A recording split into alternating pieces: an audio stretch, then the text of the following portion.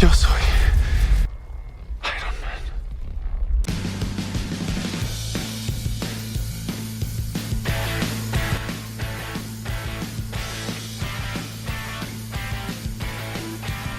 Hoy en día es más común ver proyectos audiovisuales basados en superhéroes, hasta el punto de que ya se ha vuelto casi una norma encontrarse cada año con un nuevo producto de este tipo, ya sea en una película, serie animada o videojuego. Eso se lo debemos más a Warner y a Disney, que junto con las editoriales más mainstream del momento, Marvel y DC, encontraron un pozo que, siendo sinceros, nunca se va a secar. Pero si tú ya estás cansado de ver lo que sacan estas franquicias, echarle un ojo a los proyectos basados en cómics independientes siempre es un aire fresco, ya que estos, tanto en su versión de cómic como adaptación, logran tener mayores libertades creativas en sus historias, y no siempre buscan seguir un estándar, por lo que puedes encontrarte con productos de distintos sabores y colores. Así que por el título del video ya se debieron dar cuenta de que hoy vamos a hablar del proyecto audiovisual más reciente de Amazon del género superheroico. Hoy vamos a hablar de la serie de...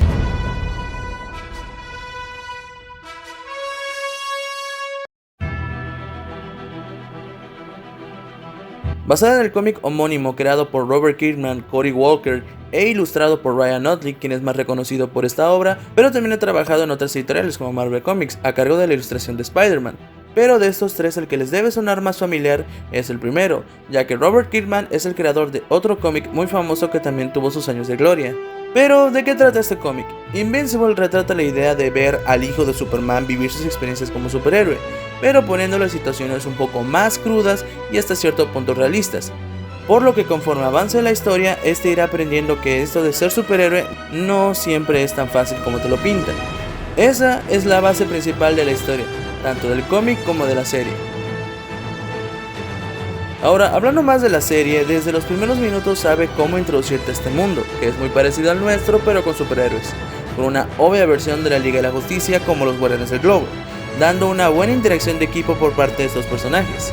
En esta primera escena también se nos introduce a Omni-Man o Nolan, quien es el padre de nuestro protagonista, Mark Grayson, un chico geek de 17 años que al principio es normal, pero después obtiene sus superpoderes, lo cual no fue retratado como la gran cosa al principio.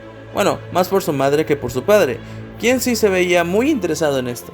Alrededor de todo el primer capítulo vemos una trama casi básica de superhéroes, ya que vemos a Mark en sus primeros intentos como vigilante, sus primeras interacciones con sus superpoderes, recibir su traje y también recibir su versión de la frase de un gran poder conlleva una gran responsabilidad. Todo eso y más, pero el giro argumental al final del capítulo cambia el curso y el tono de la historia.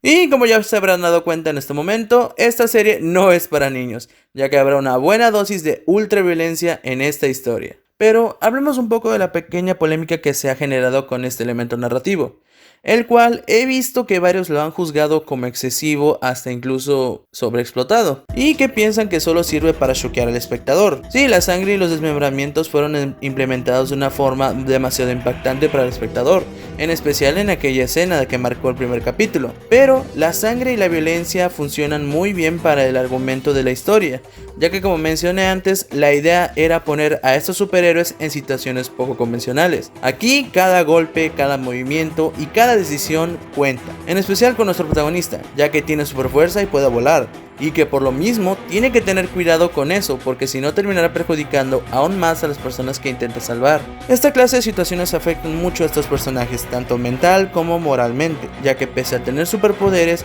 mientras que estos no vengan con una especie de invulnerabilidad o resistencia a nivel dios, ninguno es inmortal, dando una graciosa ironía al nombre del superhéroe de nuestro protagonista. A Mark lo veremos perder más peleas de las que gana, y la mayor parte del tiempo lo vamos a ver en recuperación, que aunque no está mucho tiempo, bueno, no nos muestran todo el proceso, y al final parece que quedó como nuevo y vuelve otra vez a las andadas, el peligro sigue estando ahí, por lo que llega un momento en donde este se pregunta si realmente está capacitado para ser un superhéroe, ya que siempre lo llevarán a sus límites hasta el final de la temporada. Entonces, sí, hay momentos donde los creadores se excitan mucho con el gore, pero funciona bien para lo que se quiere lograr. Digo, si quieres ver algo realmente excesivo en cuanto a sangre y todo eso, hay otras novelas gráficas que sí te pueden dar esto de manera totalmente excesivamente ridícula.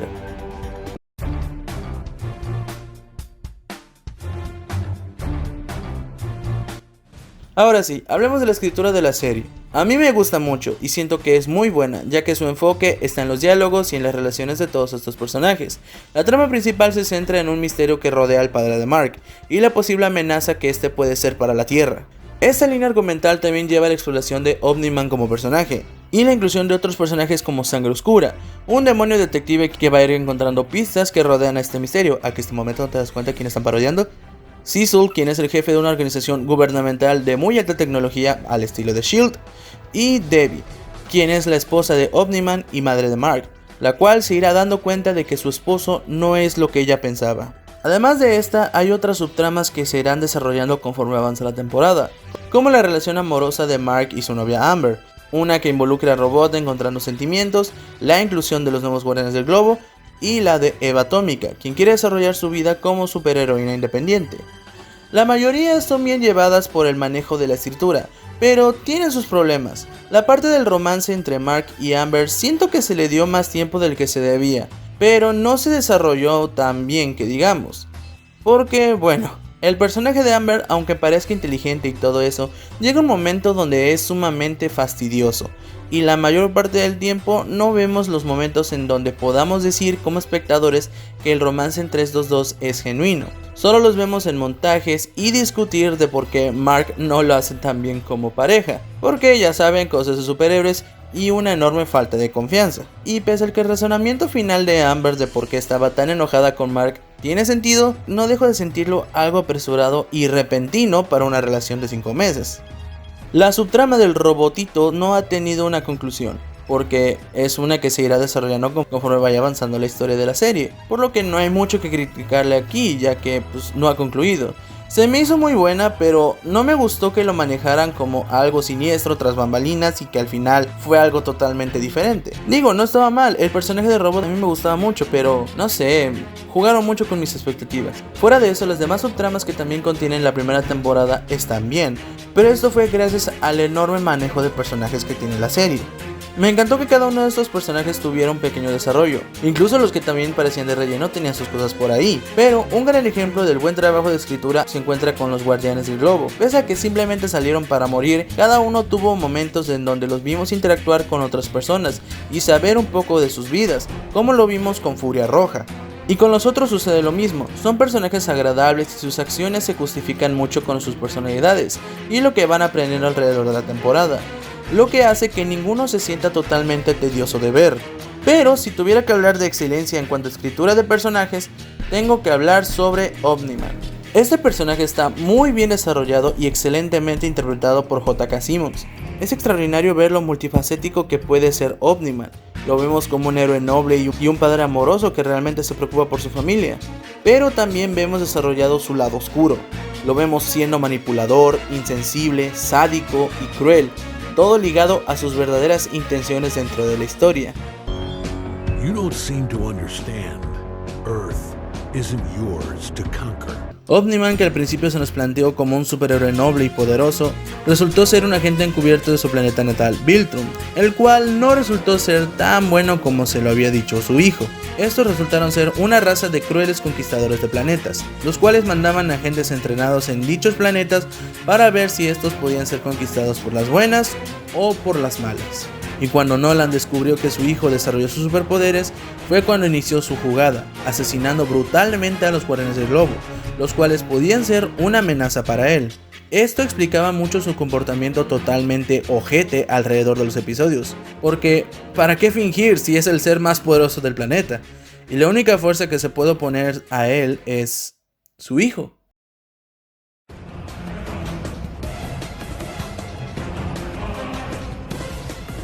La contienda entre padre e hijo se desata primero por la aparición sinceramente conveniente de el superhéroe inmortal, y tras que Omni-Man corta de tajo a este oponente, literalmente a su último, este se ve obligado a contarle a su hijo toda la verdad que ya mencioné, cosa que no resultó bien para el bigotudo, ya que básicamente Mark le dijo que se deje de mamadas, porque la Tierra es su planeta y no Viltrum, lo que da comienzo a la rastriza de su vida, hablando del lado de Mark obviamente.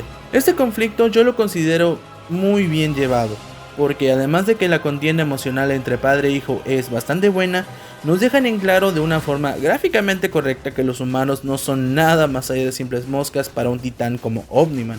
Pero el que se lleva la peor parte de esto es el propio Mark, ya que alrededor de la temporada se nos marcó muy bien el amor y admiración que este tiene hacia su padre, por lo que el verlo entrar en la negación total de que su padre no actuaba así de cruel y piensa que solamente está siendo controlado mentalmente por un enemigo, es en mi opinión una reacción totalmente genuina. Y no solo eso se pone a prueba, también lo hace el sentido de justicia de Mark, los cuales se desarrollaron de manera muy decente alrededor de toda la temporada. Ahora lo que tenemos en esta pelea es el reflejo totalmente crudo de que Mark no es realmente capaz de salvar a alguien ante una amenaza de la talla de su padre, ya que ni siquiera pudo hacerle daño físicamente. Omniman se hizo cargo de dejarle en claro que no es nada, además de decirle que para un Viltrumita puro como él, todo el tiempo que pasaron juntos es completamente insignificante, golpeando una y otra vez a su hijo tanto física como moralmente. Pero lo mejor viene cuando este se da su propio golpe final al decir esto. What will you have after 500 years? You, Dad. I still have you.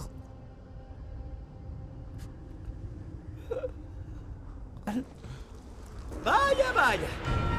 Malévolo cucarachón se nos puso sentimental. Fuera de que sufrió la paliza de su vida, yo sentía a Mark como una especie de Luke Skywalker que, pese a que su padre sea considerado por todos como un caso perdido, este supo encontrar y apelar a la humanidad que había en su interior. Claro, tuvo que recibir 1000 golpes para hacer eso. Pero no sé, así lo pensé yo. En conclusión, Invincible no es una maravilla de serie, pero tampoco es mala. Si te gustan los superhéroes, es una muy buena alternativa, ya que tiene casi todo lo del manual de estos personajes: identidades secretas, orígenes ocultos, organizaciones super avanzadas, etcétera, etcétera, etcétera.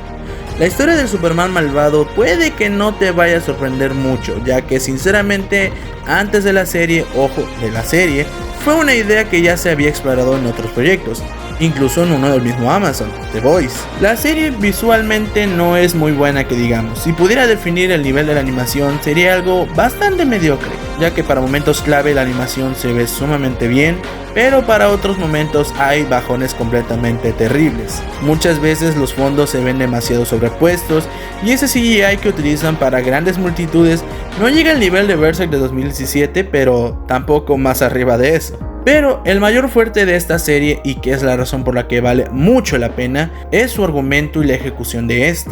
Además de que los personajes están bien desarrollados y son ellos quienes van moviendo la trama y nutriendo el mundo de Invincible. Además de que la música fue compuesta por John Paesano, el mismo compositor de la banda sonora del juego de Spider-Man de PlayStation 4. Y la verdad, se nota mucho, por lo que tiene mi aprobación. Ya se confirmó por parte del creador Robert Kirkman que ya se están trabajando en una segunda y tercera temporada, y entonces podremos ver qué es lo que le depara a esta serie. Puede que en el futuro mejore o todo lo contrario, solo el tiempo lo dirá. De mi parte, yo estoy ansioso por ver lo que sigue, porque a mí sinceramente me encantó lo que vi aquí. Para hacer una Season 1 está más que recomendable.